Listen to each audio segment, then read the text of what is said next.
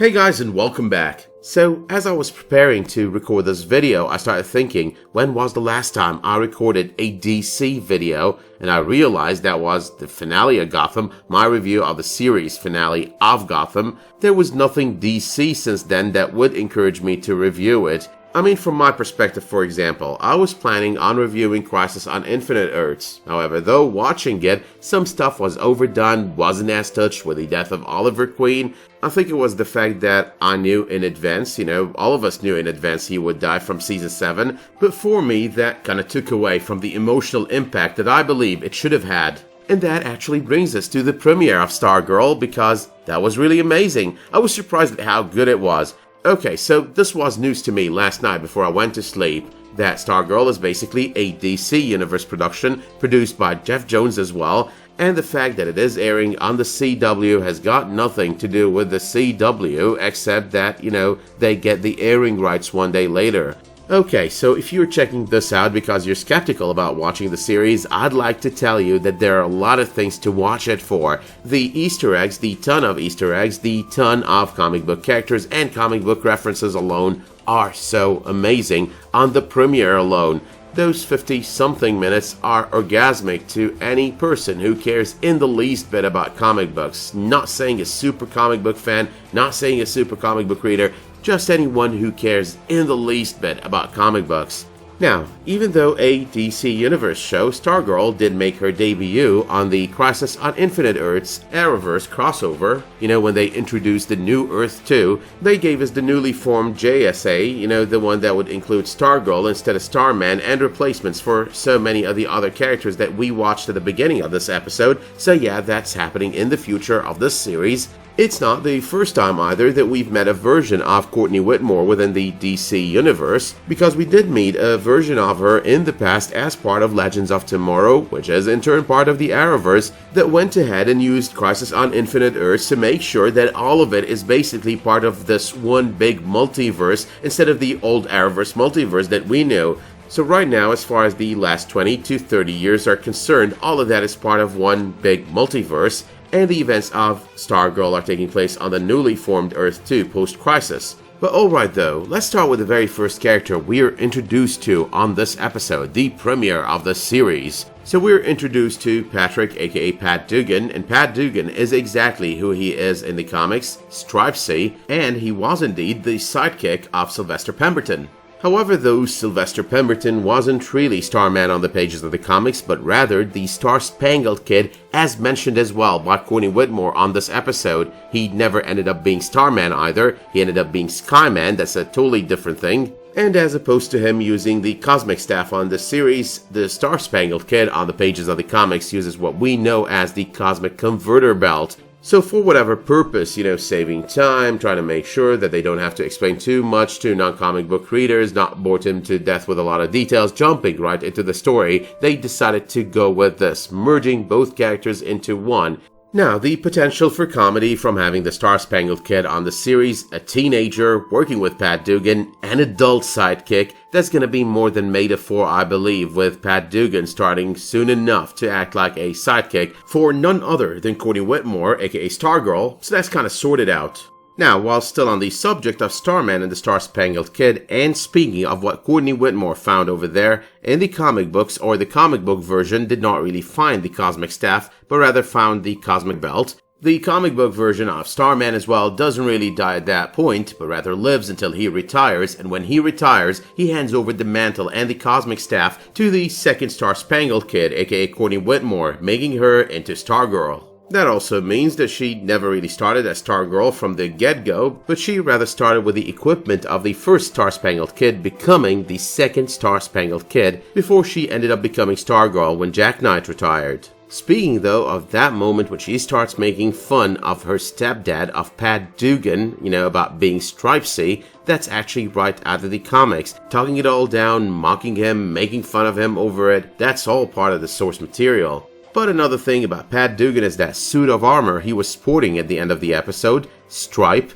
Special Tactics Robotic Integrated Power Enhancer. That's what it's called in the comics, that's what it's gonna be called over here, that's what the title of the second episode of the season is, S.T.R.I.P.E. That is also why the solo comic book run of Stargirl ended up being titled Stars and Stripe. Now, the Stripe armor shares a lot in common with any other armor of a similar nature in any comic book, be it DC or Marvel or otherwise as well. Like, for example, flight, the availability of a lot of gadgets, a lot of weapons to the armor, and of course with armor like this comes superhuman strength. Still on Pat Dugan though, the car he's using at the very beginning of the episode, that's the Star Rocket Racer. It's a creation of Pat Dugan that he designed specially for use in these situations. You know, with the Star-Spangled Kid and whatnot, everything superhero related, and it did fly in the comics as well. Used to be his favorite mode of transportation, but that's only until he developed S.T.R.I.P.E. After developing S.T.R.I.P.E., S.T.R.I.P.E. became his favorite mode of transportation. Because why get into something and have it fly you around, just drive it around when you could fly in your own suit?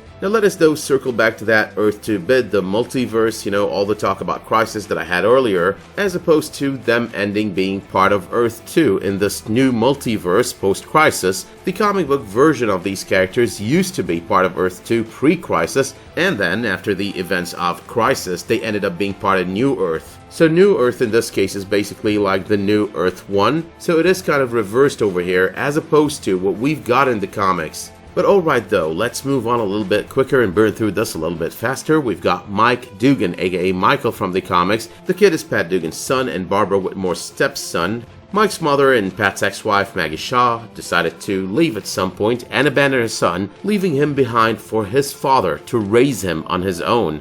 But okay though, that's the Dugan side of the small family for you. Let's talk the Whitmore side. Now on the Whitmore side, we know that the mother here is Barbara Whitmore. The father though is Sam Curtis. The name has been dropped on this episode. In the comics as well, and to cut a long story short, Sam Curtis is a criminal. However though, it is possible over here that they plan on doing things differently. It is possible that they plan on making her daughter to Sylvester Pemberton, or possibly use something like, you know, the twin trope or a doppelganger from another Earth. Okay, we're gonna wait and see on that one.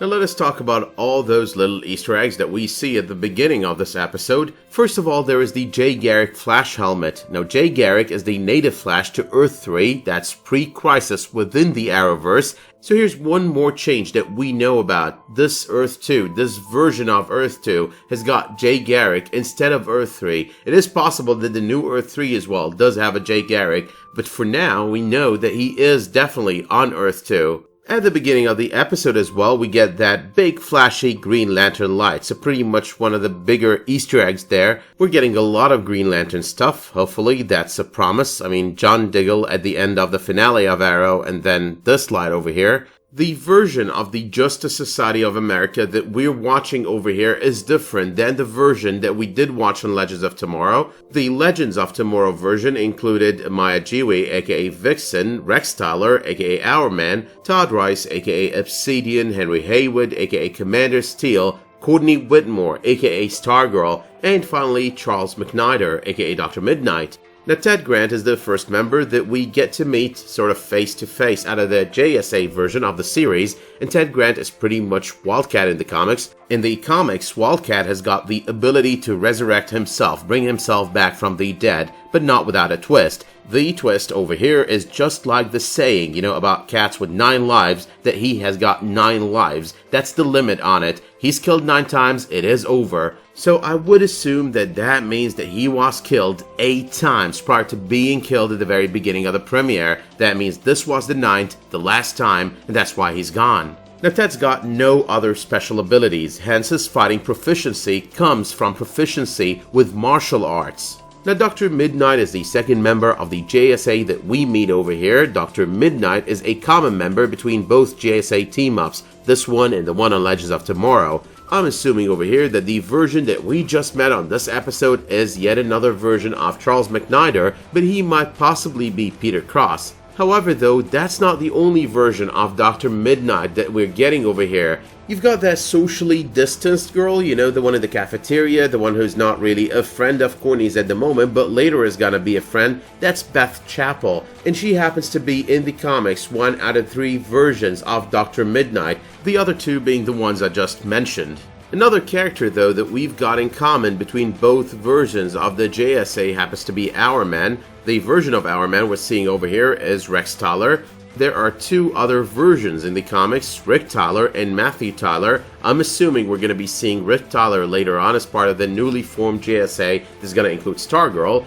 Matthew Tyler is an Hourman, but also an android made or modeled after Rex Tyler. So that's definitely not the way we're going to be going with this character on this season if we get another Hourman. But then enters Starman. That's the other big difference that we've got over here, because Starman was not part of DC Legends of Tomorrow. Starman I've already talked about in detail at the beginning of this video, so I'm not going to go again through his abilities and, the cosmic stuff and whatnot. Moving on though to the villains and other characters that we met on this episode. For one thing, we've met Henry King Sr. and Henry King Jr.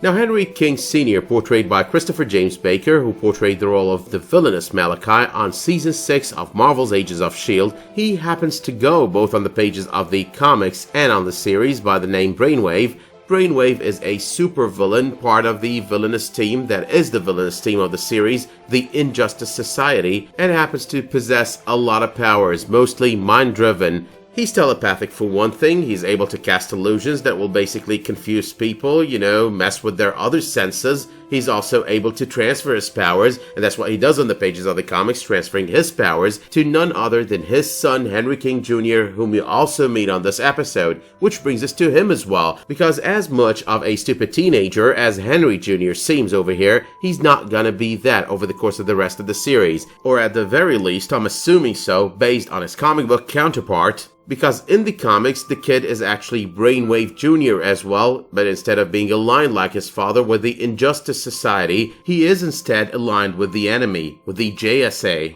But the powers and the abilities, one erring on the side of good and the other erring on the side of evil, that's not all there is to the Henry Kings, and that's because Henry King Jr.'s mother happens to be a Pemberton, which actually makes Sylvester Pemberton his uncle. Now, whether or not they're planning to pull off that kind of storyline is yet to be seen, but I'm sure hoping they do. The origin story with the Pemberton relationship to the Kings, I would sure hope they do that, because anything by the comic book is always welcome. Speaking though of other villains that we got to see on this episode, we got to meet Sportsmaster. However, though, the issue about meeting Sportsmaster is we didn't just see him on that first scene, the one that led up to the death of Starman. Larry, the man we saw later on, the one who shook hands with Pat Dugan and kind of squeezed a little bit extra, that guy is Lawrence Kroc out of the comics, aka Sportsmaster.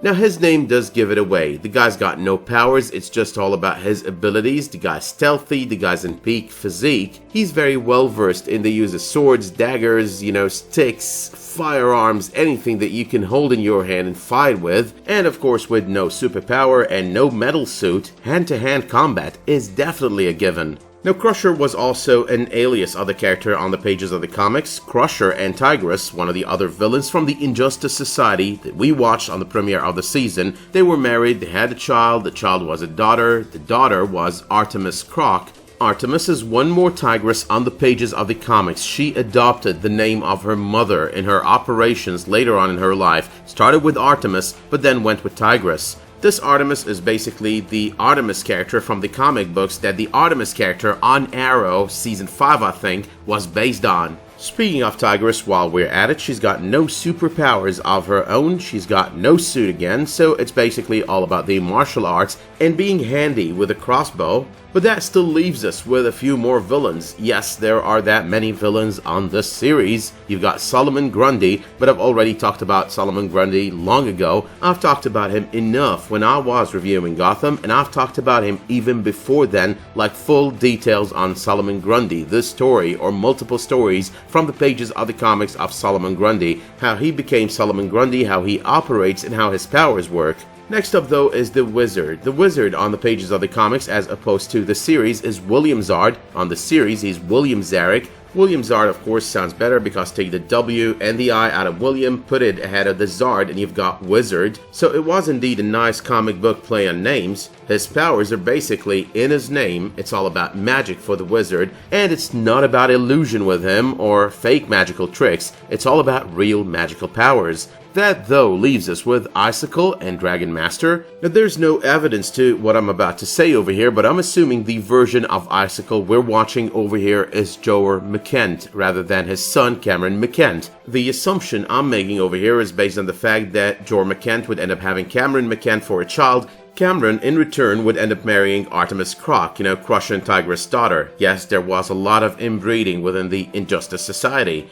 Now, Joer, on the pages of the comics, did operate in a fashion that's pretty similar to the fashion that Captain Cold operates in, a cold gun and whatnot. However, though, his son Cameron operated in a different fashion because the icy powers, the frosty powers, those were actual abilities that he had, so he was more like Killer Frost rather than Captain Cold. Now, this means that whether or not this character is actually Joer, his abilities are definitely based on those of Cameron's. Now, the last of these villains is Dragon King. Dragon King is father to Shiv, a villain more known to us than Dragon King himself. Dragon King is a character I've never seen as part of the Injustice Society. However, though, he was definitely a foe on the pages of the comics of none other than our superheroine of the series, Courtney Whitmore. So it does kind of make sense that they did shove him in this mix. Now, the guy that Henry was talking to on the phone along the way, mid-episode, or actually closer to the end of the episode, I think that was Icicle, because there was this little bit of icy, frosty sound effect at the end of the call. We've also got that little bit of nod, the JSA Classified, when Courtney is going through her stepdad stuff. And considering Jeff Jones created this series, this is a nod to his run with the comic book series JSA Classified from 2005 to 2008. Finally, there is the Justice Society photo, and the photo shows a lot more members to the Justice Society than the ones that we met at the beginning of the episode. So we've got Hawkman, Hawkgirl, we've already met versions of these on Legends of Tomorrow Season 1, we've got Dr. Fate, we've got Johnny Thunder, we've got Sandman, and we've also got Thunderbolt. One more person in this photo that we do see is Jay Garrick's Flash. I've already talked about the nod to the character at the very beginning of the episode though, which is basically resembled in the helmet that we find or we see at the very beginning during the battle against the Injustice Society. That being said though, this episode blew away my expectations, gave me all new expectations for the series, so I'm gonna give it an A for a good start and I'm gonna rate it with an 8 out of 10. That being said as well, let me know in the comments below what you thought of the premiere of the season. Let me know what you wish to see on the series. What more characters or what other characters do you wish to see or do you wish to make a return? Other than the ones that died at the beginning of the episode. Let me know who you think Courtney's father is, and let me know as well if you did like this video by dropping it one of those much appreciated likes, subscribing to this channel, and make sure while you're at it to enable notifications in order to get updates whenever I upload a new video, publish a new community post, or start a new live stream. But until the next time that you tune in for another one of my videos, thank you so much for tuning in to this one, stay safe, and have a great day.